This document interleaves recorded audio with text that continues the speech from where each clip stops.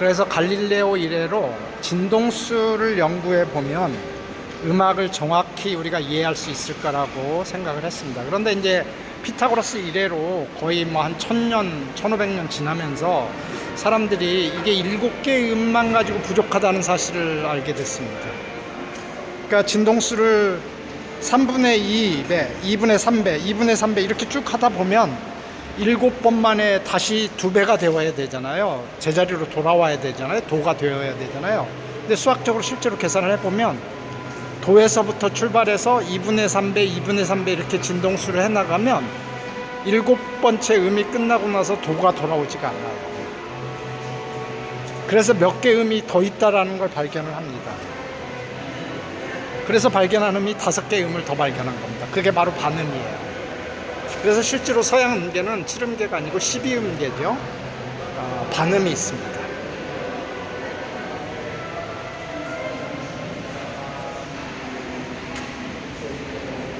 그래서 이제 12개의 음이 만들어지긴 했는데 문제는 이제 사람마다 각 음의 정의가 다르다는 데 문제가 있었습니다. 맛있어 보이시죠? 예. 커피 한 잔과 크로와상. 자, 아침 즐거운 간식을 먹어보도록 하겠습니다. 12음계가 수학적으로 얘기하면 3대2의 비율, 현의 길이의 3대2의 비율, 물리적으로 얘기하면 진동수의 2분의 3배, 2대3의 비율, 2대3의 비율로 12개의 음이 정착이 됐어요. 그런데 또 수학자들이 이걸 정확하게 계산을 해봤어요. 도에서부터 출발해서 2분의 3, 2분의 3, 2분의 3 이렇게 해서 진동수를 계속 12번을 하면 2가 나와야 되잖아요. 2배가 나와야 되잖아요, 진동수가. 그런데 약간의 에러가 생겨요. 약간의 에러가 생깁니다. 근데 그 에러는 뭐 사람들의 귀가 그 정도까지는 인식할 수 없는 정도의 에러이기 때문에 이제 무시를 하면서 뭐 1000년 이상 음악을 해왔죠. 그런데 이제 음악을 하는 사람들이 느끼겠지만 음악을 하려면 조음김을 해야 됩니다. 그러니까 예를 들어서 가단조로 연주하다는 음악을 나단조로도 연주를 하고 다단조로도 연주를 하고 이런 경우가 참 많이 생긴단 말이죠. 그런데 그렇게 12분의 1씩 이렇게 증가시키는 이 방법으로는 계속 음이 조화롭지 못한 겁니다. 그러니까 예를 들어서 제가 혼자 독주를 한다면, 그러니까 바이올린만 한다면 저 혼자 음을 정하는 거니까 제가 가단조에서 나단조로 옮겨가도 음의 조화에는 문제가 없는데 다른 악기랑 같이 연주를 할 때는 내가 가단조에서 나단조로 움직일 때는 다른 악기들도 똑같이 같은 비율로 움직여야 되잖아요. 그런데 이게 자꾸 불협화음이 생기는 거예요. 그래서 수학자들이 검토를 해보니 12분의 1이 아니라 2의 12제곱근으로 해야 된다 라는 결론에 도달했습니다. 수학적으로 얘기하면 산술적으로 이렇게 증가하는 게 아니라 기하적으로 증가한다. 지수함수입니다. 이렇게 증가해야 된다. 2의 12제곱근입니다. 그렇게 하니까 모든 악기가 조화롭게 불협화음이 생기지 않고 조음김을 할 수 있게 된 겁니다. 그걸 직접적으로 시도한 사람이 바흐입니다. 그래서 바흐를 현대음악의 아버지라고 부르는 이유가 바흐부터 불협화음 없이 조음김을 자유자재로 할 수 있게 만든 겁니다. 따라서 수학에서 산술적인 증가, 그러니까 직선적인 증가보다 지수함수적인 증가를 이해하고 나서야 비로소 음악이 완전해진 겁니다. 현대같이 된 거고요. 여기서 빼놓지 말아야 될 게 하나 더 있을 것 같아요. 사실 사람마다 도가 다 다르잖아요. 그 음악가마다 다를 것이고, 그래서 옛날에는 이탈리아나 프랑스에서는 한참 음악이 유행일 때는 도의 인플레이션이라는 게 있었다고요. 그러니까 도를 약간씩 진동수를 높게 잡는 겁니다. 그 음악이 약간 진동수가 높고 약간 샵이 되면 사람들이 약간 더 그 음악을 강렬하게 아마 느끼는 효과가 있는 것 같습니다. 그래서 프랑스에서 도를 진동수로 정의를 정확히 하기로 정의를 하고 법을 만들었습니다. 프랑스가 최초입니다. 법으로 만들었습니다. 그래서 라를 440Hz, 당시에는 아마 430Hz, 1초에 공기가 430번 진동하는 겁니다. 약간 변화가 있지만 440번이 그때부터 시작된 겁니다. 그리고 수학적으로 다 계산을 해보면 유일하게 라 음만 정수로 딱 떨어지고 다른 음은 소수점이 생겨요. 아까 12제곱근이라고 그랬잖아요. 2의 12제곱근. 그래서 사실은 소수점이 생기는 게 아니라 무리수가 생깁니다. 그래서 현대 음악은 라가 기준입니다. 라는 440Hz, 공기가 440번 진동하고요.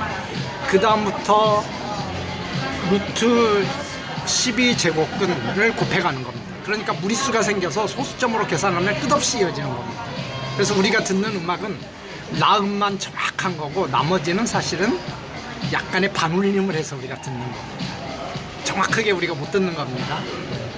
그러나 우리가 그 정도의 미세한 차이는 우리 귀로는 인지할 수가 없기 때문에 이제는 그래서 우리가 아마 A를 라라고 하잖아요. 저는 옛날부터 그게 희한했어요. 우리는 도가 A가 되어야 될 것 같고 B가 레가 되어야 될 것 같은데 도가 C예요. 그 이유 중에 하나가 라가 모든 음악의 기준점이 되기 때문입니다. 440Hz. 혹은 한 옥타브 낮으면 220Hz겠죠? 한 옥타브 높으면 880Hz겠죠? 유일하게 라 음만 정수로 소리의 진동수가 정해집니다. 나머지는 다 무리수입니다. 수학적으로 이해가 가시죠? 그래서 악기를 조율할 때 라음에서 조율을 하면 모든 게 정확해지는 겁니다. 왜냐하면 진동수가 정수로 떨어지는 건 라음밖에 없으니까요. 오늘 파가니니 집 앞에서 저쪽에 보이는 게 파가니니입니다. 앞에서 동상 앞에서 음악의 수학적 원리에 대해서 얘기를 하게 되니까 멋지지 않습니까? 그렇죠? 버스가 왔습니다. 커피를 마시다가 여기 가게를 다시 보니까 이게 100년 된 카페인데요. 1930년부터. 와. 그런데 가게는 아주 2024년에 팬시함을 그대로 유지하고 있습니다. 정말 고급스러워 보이죠, 가게가. 그런데 100년 된 카페입니다. 오, 좋습니다. 여기서 커피를 마셨다라는 게 아주 의시되게 만드는데요. 콜럼버스의 집을 찾아가는 중입니다. 근데 이런 거 보이네요. 설마 저런 멋진 성에서 살진 않았을 것 같은데 가보겠습니다.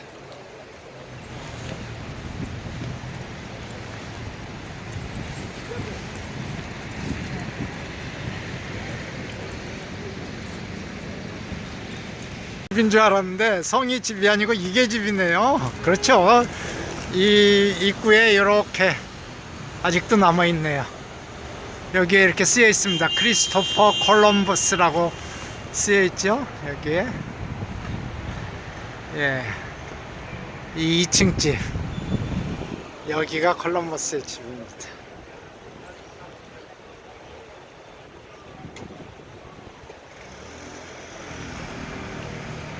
콜럼버스 집 뒤로 이렇게 작은 개인 정원, 개인 가든이었던 것 같아요. 그게 이제 지금은 시민공원인데 작은 집 정원이 이렇게 보입니다. 이쪽에 지금 이 담벼락이 콜럼버스 집입니다.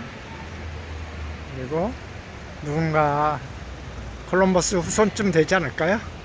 이런 멋진 정원을 집에 가지고 있었습니다.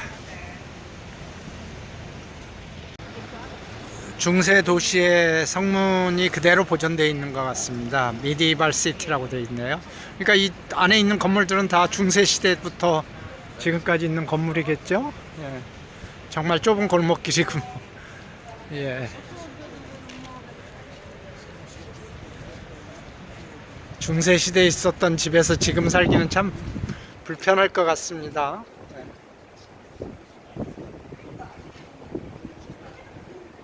이쪽으로는 현대식 건물이 있고요. 이쪽으로는 정말 골목으로 이어지는 중세시대의 건물이 있습니다. 파가니니만 이 제노바에서 사람들이 기억하는 게 아닙니다. 여기 보세요. 이 카페 앞에는 엘비스 프레슬리가 있잖아요. 예. 파가니니 못지않은 사람이죠. 기타 하나로 세계 모든 음악 팬들의 마음을 사로잡은 엘비스 프레슬리입니다. 반갑습니다. 이 페라리 분수대를 기준으로 오른쪽이 콜럼버스 집이고요. 왼쪽에 가리발디 장군이 있고 그 뒤로 파가니니 동상이 있잖아요. 그리고 음악당이 있고 그리고 이 앞에 이렇게 멋진 미술관이 있는 것 같아요. 이 안에 전시회가 많이 있는 것 같습니다. 멋진 건물이죠. 예. 그러니까 제노바의 박물관, 미술관, 외국은 박물관, 미술관이 약간 혼동된 개념으로 쓰이긴 하니까 것 같습니다.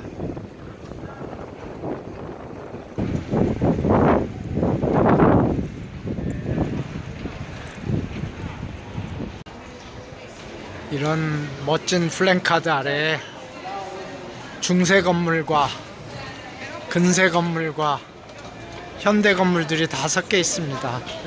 제노바의 역사를 한눈에 말해주는 것 같아요. 이게 역사가 이렇게 깊지 않으면 이런 건물들이 동시에 이렇게 존재할 수가 없잖아요. 여기 슈퍼맨이 있네요. 이 중세 거리를 지키고 있네요.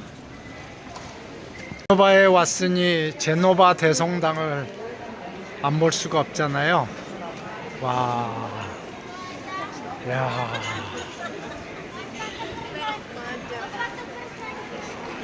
어떻게 이렇게 멋진 성당을 지을 수 있을까요? 야, 여기도 아주 근사합니다. 물론 우리가 가본 밀라노나 이런 데에 비해서는 조금 작지만 충분히 제노바를 우리한테 기억하게 해줄 정도로 멋진 성당입니다. 그런데 이 사자는 정말 우울하게 생겼어요.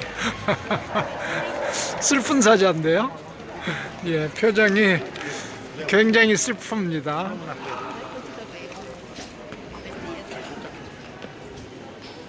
제노바 대성당 안으로 들어갑니다.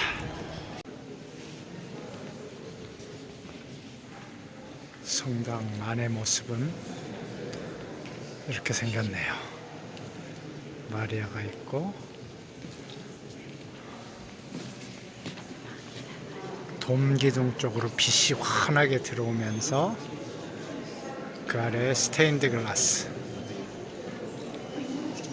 그리고 양쪽에 아케이드가 있습니다.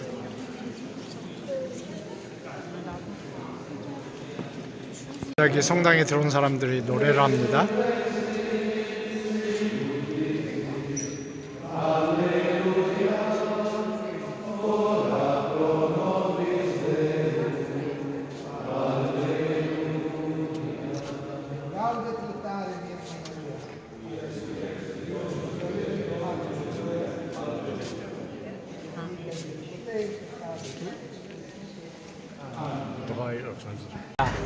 홍합탕하고 오징어를 점심으로 시켰고요. 빵은 무한정 리필입니다.